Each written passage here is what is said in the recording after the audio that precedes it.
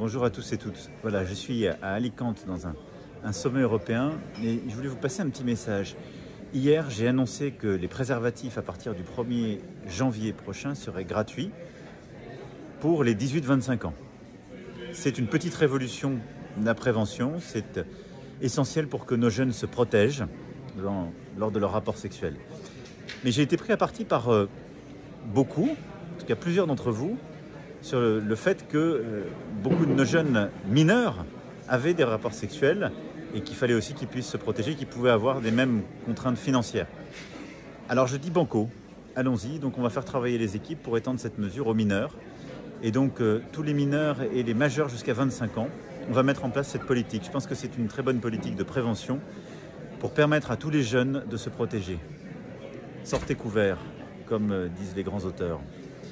Et puis à côté de ça, je voulais vous dire qu'on va continuer le travail de prévention qui est essentiel pour notre ministère de la Santé et pour notre santé à tous. Et donc le dépistage du VIH est maintenant aussi gratuit. On va simplement élargir aussi le dépistage gratuit à d'autres pathologies, d'autres virus, parce que c'est aussi notre politique de prévention et on va continuer avec la Première ministre et le ministre dans les prochaines semaines à renforcer notre politique de prévention en santé. Des diagnostics et des dépistages réguliers aux grands âges de la vie, aller plus loin sur la vaccination face à certains virus. Je pense au papillomavirus, où on veut aller beaucoup plus loin et beaucoup plus fort pour les jeunes filles et les jeunes garçons pour prévenir des cancers qui ensuite arrivent. Voilà, il y a plein de choses qu'on va faire, mais en tout cas, je voulais vous annoncer ça dès aujourd'hui. Bonjour les amis, alors nous avons notre poudré national, poudré au sens... Voilà, n'est-ce pas, vous m'avez compris, qui nous annonce dans une vidéo style selfie de réseau social, truc Instagram, truc pour Jones, enfin il essaye, les cheveux en pétard, le mec il sort clairement d'une poubelle. Bon, il nous annonce qu'il est dans une espèce de colloque, alors on ne sait pas trop ce que c'est comme colloque, il passe sa vie à faire des colloques où... on se doute bien qu'ils vont ne parler que de l'homosexualité, du wokisme, de sujets dont on se fout complètement parce que les Français, je crois qu'ils ont vraiment d'autres problèmes. Enfin, voilà, il est dans un énième colloque, il est tout fier. Alors, il a les cheveux en pétard, une tronche acteur studio, mais sortant d'une poubelle, clairement. Et il va nous faire une annonce, je pense qu'il s'autofilme avec sa perche et son téléphone. Le gars, c'est quand même le président de la République française. On était censé être, je sais pas, la 4e ou 5e puissance mondiale, enfin, un peuple de génie, enfin, le truc, comme dirait Dieudonné, voilà, la France, quoi. Et non, alors maintenant, on a un mec qui sort d'une poubelle et qui va nous faire une annonce façon selfie. Donc, faut s'attendre à tout, puisque 2 jours avant, le gars qui a détruit le système énergétique français, là, qui a laissé dire à sa folle dingue, Rue Nacher, enfin, nul à chier, comme certains l'appellent, que la France n'avait jamais été indépendante énergiquement, ce qui est hallucinant, parce que on avait l'EDF, c'était le fleuron mondial, on avait une autonomie électrique totale. Tout ça s'est détruit par ces gens. Donc c'est l'argent de nos taxes, de nos impôts, de la sueur des Français transformé en un fleuron énergétique, en un fleuron industriel qui a été dilapidé. Alors ça n'a pas commencé, d'accord, ça n'a pas commencé sous Macron, bon, ça commence sous Mitterrand, et ces tarés, totalement tarés d'écolos, mais ils sont tarés, quoi, les Voinés et compagnie. Enfin bon, il n'y a pas de mots pour décrire ces gens-là. Donc, il a une annonce à nous faire, le poudré. On se dit, il va nous annoncer... voilà les amis, on arrête de jouer, je reprends le destin énergétique de la France en main, j'envoie ad patres tous les parasites qui fait que on était parti sur un délire de concurrence et tout ça, mais c'est n'importe quoi, puisque les moyens de production, ils appartiennent aux Français, ils appartiennent à la nation, et on n'a pas à les sous-louer à des parasites inutiles qui ne servent à rien, qui n'apportent rien, sauf des factures hallucinantes. Bon, enfin bon, je sais pas, c'est une espèce d'idéologie. Je sais pas où ça a pu être pensé, un truc comme ça. Je sais pas qui a pu penser ça, dans quel bureau d'énarque on a pu se dire ah ben on va faire une concurrence sur l'énergie. Mais alors, je comprends pas, ça me dépasse. Mais enfin, voilà, le résultat est que les boulangers ferment, les, les bouchers vont fermer, ils peuvent plus payer leur note d'énergie. L'État leur donne 100 euros. Enfin, voilà. Bon, bravo. Et donc on se dit, Macron, il va parler, il dit, je reprends les choses en main, je vais... Non, ben non, c'est pas du tout ça. Avec sa gueule en pétard, là, il nous dit, je vais distribuer des préservatifs gratuitement.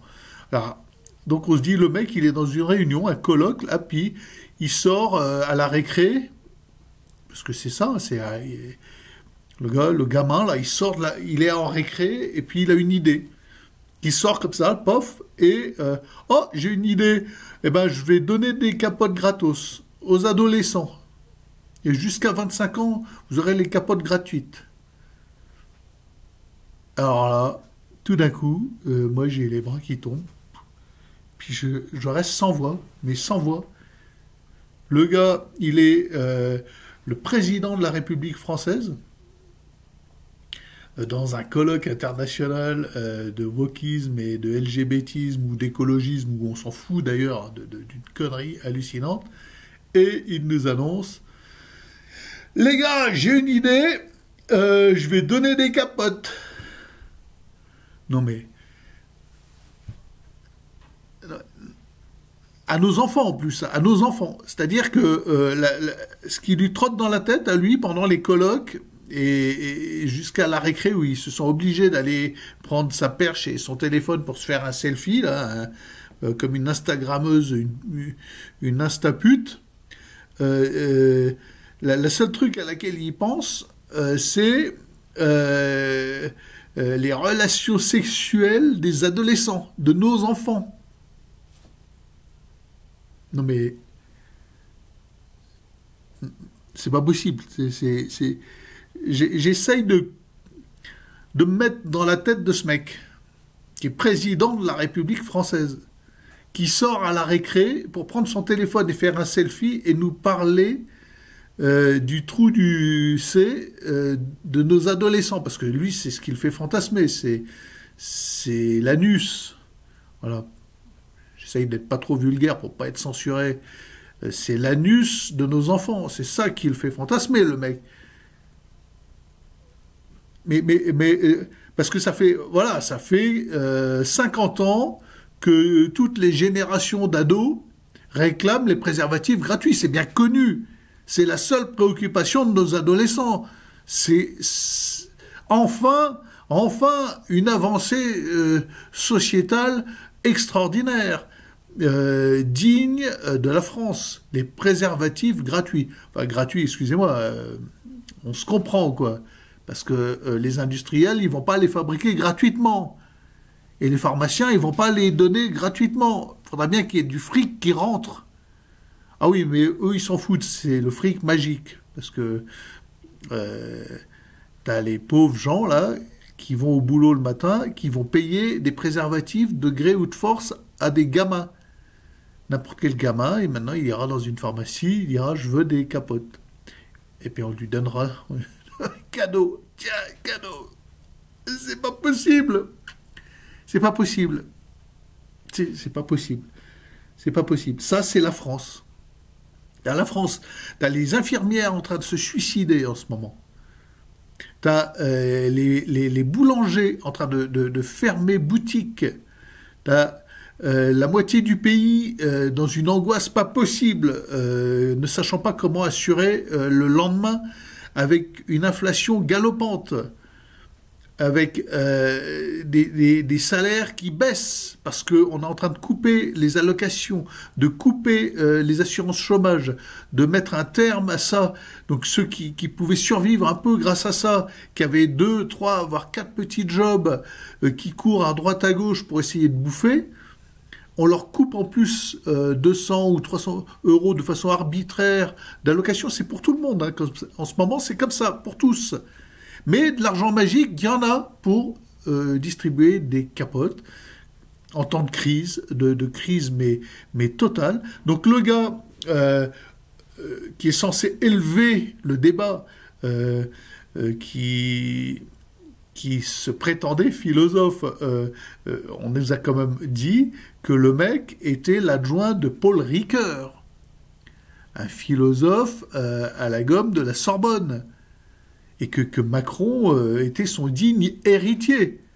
Et bien la seule chose qu'il a en tête pour la nation, pour faire avancer la nation, c'est les capotes. Et puis je pense que dans sa tête, il les imagine usagées, il s'en délecte. Mais c'est sordide, mais c'est pas possible. C'est pas possible. Mais c'est pas possible. Et les Français, vous avez voté pour ça, les Français. Vous avez ce que vous méritez, tous autant que vous êtes. Ah bah je m'inclus dans le lot, évidemment. Mais c'est pas possible. Vous avez coupé la tête du roi pour ça. Sérieux, sérieux les gars. Ah ben elle est belle l'avancée. Il est beau le progrès. Ah oui, ben ça va bien mieux marcher comme ça, hein. Oh là là, mais c'est pas possible. Mais regardez sa tronche, c'est pas possible. C'est tellement absurde, c'est tellement absurde. Je pense pas que là il se fout de nous. Je pense qu'il s'est dit, tiens, je vais faire youtubeur. J'aurais l'air Jones. Alors je suis coiffé en pétard. Je sors une poubelle. Mon costume, tu sens que le costume il pue, tu sais. Tu le vois à l'image qui pue le truc. Tu sens vraiment qu'il sort d'une orgie, le mec. C'est dégueulasse, quoi. C'est pas possible. Regarde sa tronche.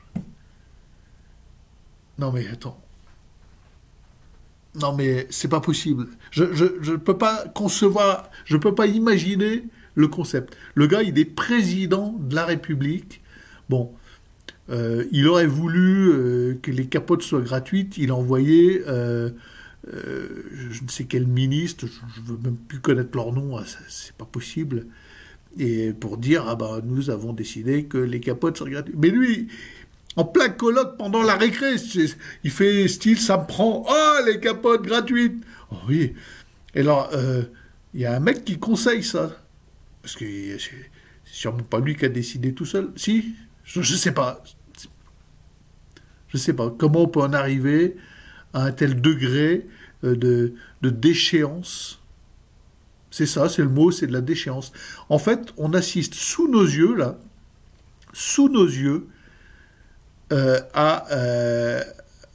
à l'explosion, la fin de cette civilisation.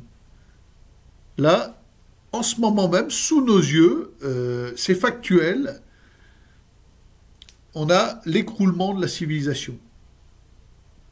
C'est très rapide, hein, ça s'accélère. Donc le gars, il te ment sur tous les sujets. Il te ment, il te dit nous sommes en guerre, moi je suis pas en guerre. Il te ment sur l'énergie en disant que c'est leur devoir que les Français aient de l'énergie, tout ça. Mais alors qu'ils sont en train de détruire eux-mêmes ce système qui fonctionnait, qui a été payé par nos parents, qui a été payé par nos impôts, nos taxes, par le fruit du travail des Français. Ils sont en train de le détruire de manière volontaire, alors que en 5 minutes, la question pourrait être réglée. En 5 minutes, un président, il tape du poing sur la table et il dit, bon, on arrête. Maintenant, l'EDF, c'est une entreprise nationale et elle a pour but de fournir de l'énergie aux Français. C'est un service public, point barre. Et on a l'énergie la moins chère du monde, 50 € le kilowattheure. Les Français à vie auront l'énergie la moins chère du monde, l'électrique la moins chère du monde, point. Voilà. Et alors, ils sont dans un délire, mais volontaire. Il y a une volonté de nuire derrière. Et je pense que quand l'autre, il arrive sortant de sa poubelle avec sa coupe en pétard et son costume qui pue, je pense qu'il y a une réelle intention d'ajouter une pierre à l'humiliation des familles. Voilà. Ouais. Tous ceux qui ont des enfants, alors des garçons, parce que les capotes, c'est pour les garçons, qui sont entre 14, je sais pas à quel âge ils commencent maintenant leur connerie, mais entre 14 et 25 ans, se disent mais on va quitter le pays là, on va quitter le pays. Tous ceux qui ont un peu de dignité, tous ceux qui ont un peu de philosophie, tous ceux qui ont un peu de sens commun et qui ont des enfants en âge de commencer à fricoter avec des filles, se disent on va quitter le pays, c'est plus possible, il n'y a plus le cadre éducatif possible en France. C'est plus possible. Bon, bah, ça me fout, mais hors de moi, c'est hallucinant. Je peux pas imaginer, alors je vous mets la bande son, parce que je peux pas vous mettre l'image, je pourrais vous mettre l'image, mais j'ai peur que la vidéo soit censurée, donc je vous mets uniquement la bande son du mec. Je sais pas, je n'en reviens pas qu'on soit allé aussi bas. Là, c'est clairement l'écroulement de la civilisation. C'est la civilisation qui est morte. On peut encore aller plus bas, hein, c'est sûr, on peut encore creuser plus, mais là, un truc comme ça, c'est tellement énorme. Bon, il y en a eu d'autres, hein, des événements énormes, mais c'est tellement gigantesque, révélateur de cet état de pourrissement absolu de ces gens, de ces politiciens, enfin politiciens, de ces gens qui se sont hissés au pouvoir et qui ont transformé notre pays en un vieux tas de fumier, en un tas de merde. Là, c'est fini, c'est terminé. Sous nos yeux, la civilisation s'écroule. Et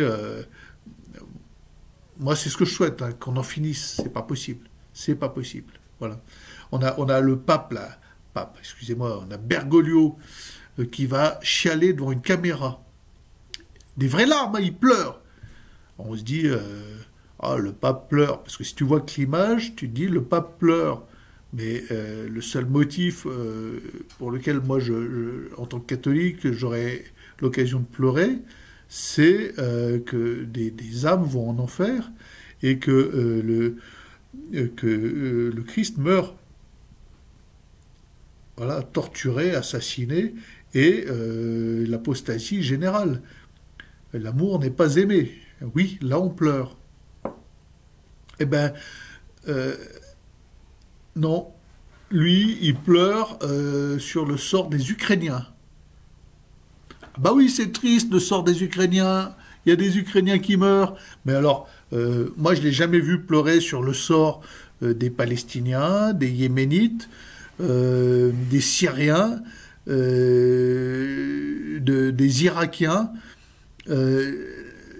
Non, c'est juste comme ça. Il nous fait un cinoche, pas possible. Mais alors, sur l'apostasie générale et le salut des âmes, ça, il pleure pas, non. Mais il faut arrêter, quoi. On vit dans une fin de civilisation, c'est mort, voilà. Bon. Et par quoi remplacer? Alors, là, ils disent le roi. Bah, écoutez, on l'attend. Alors, ça sera sûrement pas le Bourbon, là, hein. Henri, voilà. Alors, lui, il est bête comme ses pieds. Excuse-moi, hein, j'espère que tu me regardes, mais si c'est toi qui m'as fait 2-3 réflexions là, sur Gloria TV, ça vole pas haut, hein, le niveau. Ah, puis alors, genre banquier, moi, voilà. Et pas franc-mac aussi, tant que tu y es. Puis tu sniffes aussi, t'es poudré, pareil. Donc je vois pas l'intérêt de remplacer le poudré qu'on a actuellement par ce mec-là. Je vois pas. Non. Non, non, non. Là, il faut un événement miraculeux, à l'image de Jeanne d'Arc. Ça s'est déjà produit, et il faut que ça se reproduise. Et il faut en passer par l'écroulement définitif, la justice immanente sur les Macron et compagnie. Lui et toute la clique. Moi, je ne supporte pas l'idée que ce qui va diriger ma vie de manière pratique, parce que s'il nous ordonne de porter des masques, alors j'en porterai pas évidemment, j'en ai jamais porté. Pas une seule fois en France, pas une seule fois en France, d'accord? Et ça ne m'arrivera jamais, je vous le dis, jamais. Bon, mais il n'empêche que je ne serai pas à l'abri, dans ce cas, de me prendre 135 euros, etc., des trucs délirants. Et si c'est sur ordre de Van der Leyen, c'est juste pas possible. C'est insupportable. Insupportable. Donc, bon, c'est le dimanche coup de gueule, hein. Là, moi, je suis désolé, le, le, le, l'Instagrammeuse, la pute Instagram, l'Instapute, qui nous déclare le don gratos des capotes anglaises, c'est la goutte d'eau qui fait déborder le vase. Là, c'est pas possible. C'est pas possible. Là, il faut que ça s'arrête. Ça va trop loin, quoi. Voilà. Et nos enfants, on est obligé de les extraire de ça. On peut pas les laisser. C'est pas possible. On peut pas les laisser évoluer dans ce pays, vivre dans ce pays. Même mon gamin qui est à peu près bien dans sa tête, qui est en fac, là, même lui, il se dit, mais c'est pas si mal, c'est mieux que l'avortement, papa, si on donne des capotes aux ados. Voilà. Voilà où en sont des gars à peu près bien dans leur tête. Des gars de 18 ans à peu près bien dans leur tête. Ah, tu te dis, mais mon fils, mais... Alors on en reparlera demain, mais je te laisse réfléchir un peu à ce que tu viens de dire. Euh, le rôle des parents et de l'État, c'est de vous éduquer à l'acquisition des vertus, au respect, de ne pas te faire n'importe quoi avec le jouet que vous avez entre les jambes. Et non, non. Évidemment, je préfère, si tu vas faire des conneries derrière notre dos avec la fille du village, j'aime autant que tu mettes une capote, c'est sûr. Parce que j'ai pas envie d'être complice, père complice d'un avortement. Parce que la fille du village, rien ne nous dit que si elle est enceinte, elle n'ira pas éliminer le problème de façon radicale et criminelle. Et si ça se passe comme ça, moi je serai complice. Donc évidemment que je préfère que tu mettes une capote. C'est évident. Mais dans l'absolu, moi, mon rôle de père, c'est de te dire, tu la respectes. Et tu fais pas n'importe quoi. En dehors des liens sacrés du mariage et de l'assurance de pouvoir fonder une famille. Voilà, parce que la connerie, ça se paye. Et ça se paye sur terre et au ciel. Et moi, en tant que père, j'ai une responsabilité. Et l'État, en tant qu'État, a une responsabilité d'éducation aussi de la même manière. Donc, réfléchis un peu, mon fils, avant de dire des conneries. Bon, allez, je vais arrêter là-dessus, hein, 21 minutes 54. Je vous laisse, les amis. On nage c'est l'abomination de la désolation. C'est mort, c'est la fin de la civilisation.